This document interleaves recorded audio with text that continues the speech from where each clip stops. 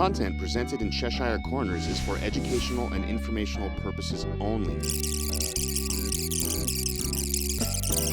Please consult a legal professional if you have any questions or concerns about the content of this disclaimer, this series, or the legal implications surrounding psychedelic substances in your jurisdiction.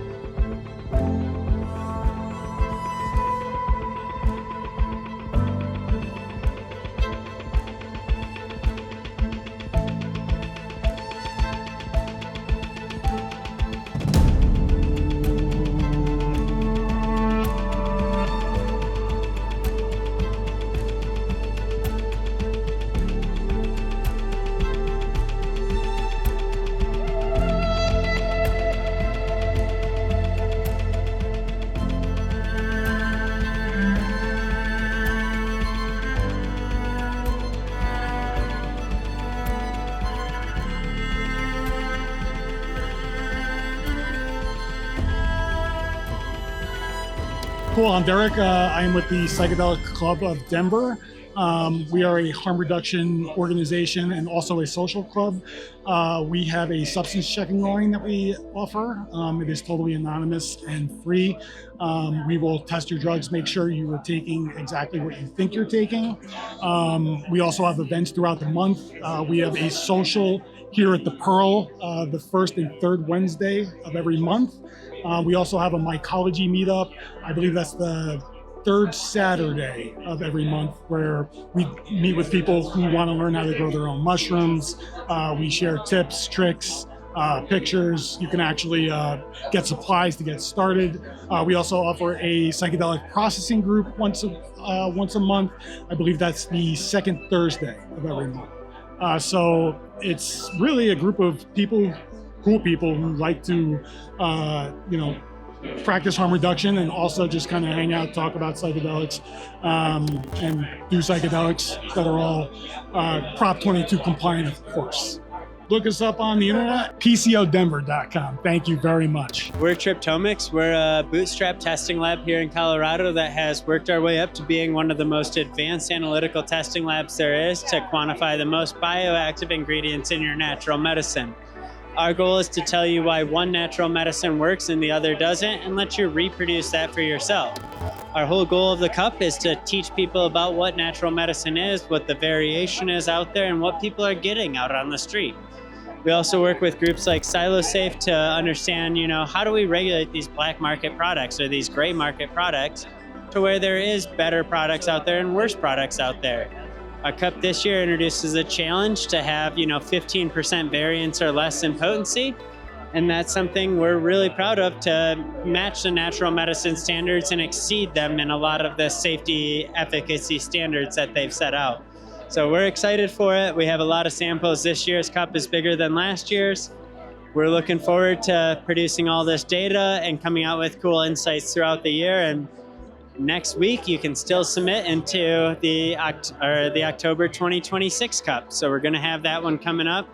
Year-round entries. When you get the cool thing, submit it to the Cup, get discounted testing, contribute to public data. Today, we're going to be talking a little bit about the idea of what the Cup is, what data we've collected this year, how we collected data last year, and what ways we can improve on data next year.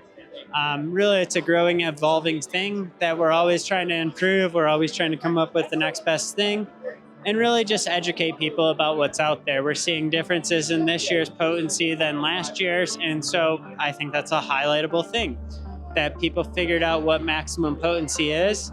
Might not be what we're all going for anymore, and I think a lot of people are realizing entourage or ensemble effects are really the thing that people are shooting for. You like the effect of a certain cannabis strain, not the THC percentage. And in mushrooms, there's no difference. So it's a little bit about what we'll be talking about. We'll also be sharing some data insights on our leaderboard, where you can get public data about mushroom varieties and DMT and cacti. We'll also have our public edible data a little bit displayed of, which edibles are good, which are bad. Psilosafe's also helping with that, of picking out the best edible brands. And then on top of that, we're going to look a little bit at, how do we improve? Like, we want more DMT, we want a 5-MeO competition, we want a, DMT pen competition. How do we get these things? What do we need to do to be able to make this happen? So that's what we'll be talking about today. And from there, we'll keep pushing along, and we got more samples in today than we ever could imagine. So we're excited for the competition this year, and we think it'll be one of the best events of the year. One of the more interesting pieces of news that I wanted to touch base on during this club meeting is about the news coming out of the Imperial College of London, who has been spending time mapping the realities on the other side of extended DMT states.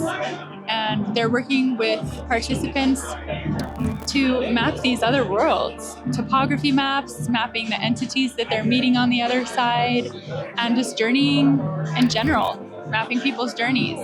And I'm really looking forward to the news that's still coming out about it and learning more about it at the meeting in January at the Psychedelic Club of Denver, January 2026. We will be having a meeting discussing the research coming out of that study. They're finding that there's about 5 or 6 different spaces that most people, well, maybe not most, that many people travel to. Some of those spaces include tunnels, or a space called the waiting room, where there's something on the other side that many people need to pass a joker figure to get through. Another one is a place that people are describing as like a higher realm, something of higher space. Some people are calling it heaven or meeting God. Another one is jungles and gardens. And there's also the machine elves space that's very technical, mechanical. There's a lot to it. And I think that they've discovered that those locations account for about 40 to 50% of the trips. And the other half is just rolling the dice, seeing where you go. It doesn't really attribute to any of those places. And consistent figures that they're meeting. They're saying that the figures have similar personalities. Many people are calling the Joker to have the same personality. Snakes are really common figures in jungles and gardens. Right. They discussed a little bit about this dark space that has nothing, but there's entities there that are organizing something, building. And then a lot of those people had similar takeaways from those experiences as well.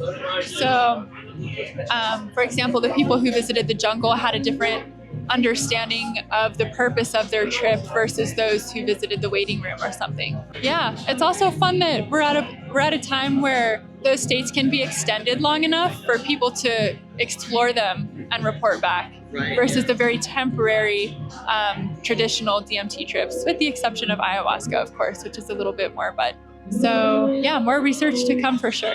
I can actually share how the club has been important in my life. For years, I've done psychedelics. They've been very, very important in terms of my professional, personal development over the years. I've found them to be spiritual and therapeutic. I've never met a group of people that were actually kind of like me. I tended to do big doses of mushrooms on my own. And I randomly found this club through meetup.com. And I started meeting people who can actually understand the desire to eat 4 grams of mushrooms on a Friday night and kind of hang out and just kind of, explore myself, explore the universe, and meeting a group of people that are into that as well. It's very, very easy to connect with people in a community of people who like to do psychedelics. I feel like it's kind of like people who do these these substances, it's very personal and deep to them. So when you find people that can relate to that, it tends to be very easy to connect with those people. And I've found that I've integrated into this community pretty easily, and it's really, really, really made my life a lot better over the past year. So highly encourage anyone out there to join. So you're more interested in the macro dose, it sounds like, than the microdose? Oh, absolutely. I don't microdose at all. I do prefer to take like 3.5 to 4.5 grams when I trip. I like big experiences. I always have. First time I picked up mushrooms again, I had an ego death experience in November of 2022, and that profoundly changed my life, like overnight. I didn't really weigh it. I didn't really know what I was doing. All I knew was that psychedelics were calling me for whatever reason during that time. And it was a little strange. It just kind of came to me. Somebody just kind of came up to me at my job and they were like, hey, you want to do some mushrooms? And I was like, yeah, absolutely. I've been wanting to do mushrooms for months. He gave me, I got maybe like 7 grams or so.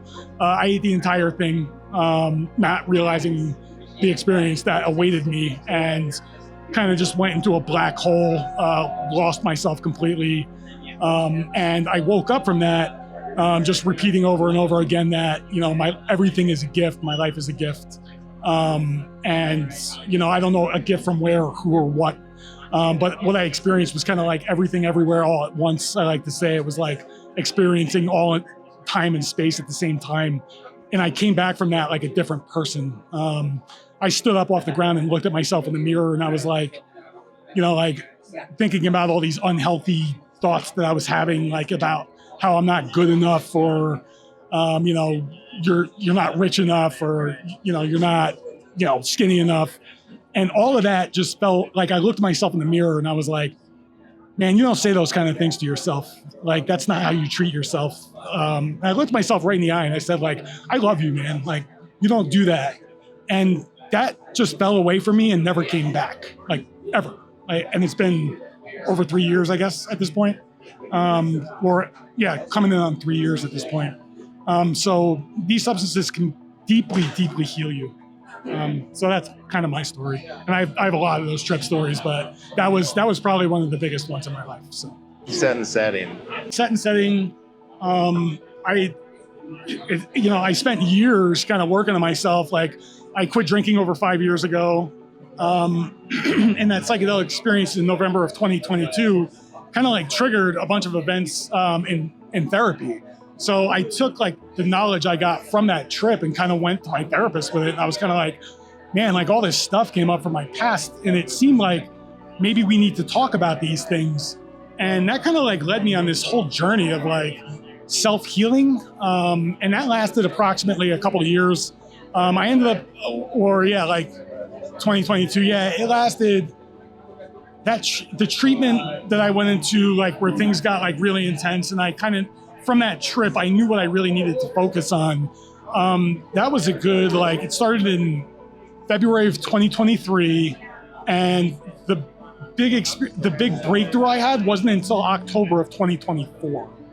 And once that occurred, and I had gone through a lot of stuff. I was in ketamine therapy, which was, once again, it's psychedelic in that. So you tried ketamine-assisted therapy? Yes. I was in ketamine-assisted psychotherapy. I credit that with saving my life. I actually think that was the crowning achievement of my life, to be honest. And then after all of that, like, I healed so deeply from all of that stuff. I find that my mindset in general is, I come from a place where I had to deal with a lot of pain and rage for multi-decades. And now I find myself kind of at peace all the time.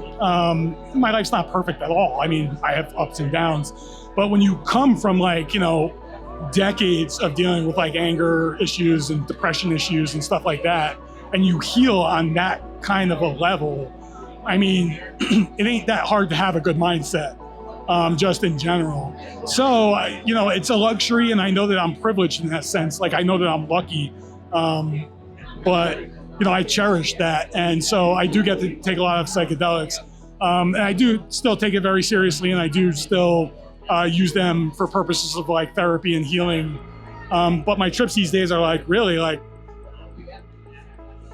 I gear them towards really enjoying the sensory experience of the whole thing rather than going into it with like, I need to work on this stuff, because I've already spent so much time working on this stuff, and I still am in my, still with my therapist knows.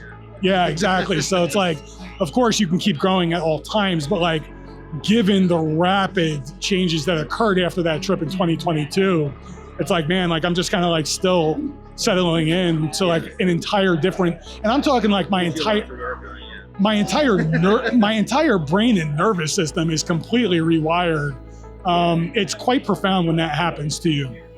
So yeah, going back to set and setting, man, like I just feel great. And I'm not saying that psychedelics are like a, like magic, like bullet for everybody's problems, but for me, it changed my life, absolutely. So, and this club changed my life. Finding people that I can tell this story to and they understand changed my life. So this is just a Canva presentation that we put together. I was super excited to show off the first slide of it because it's cubes on cubes on cubes.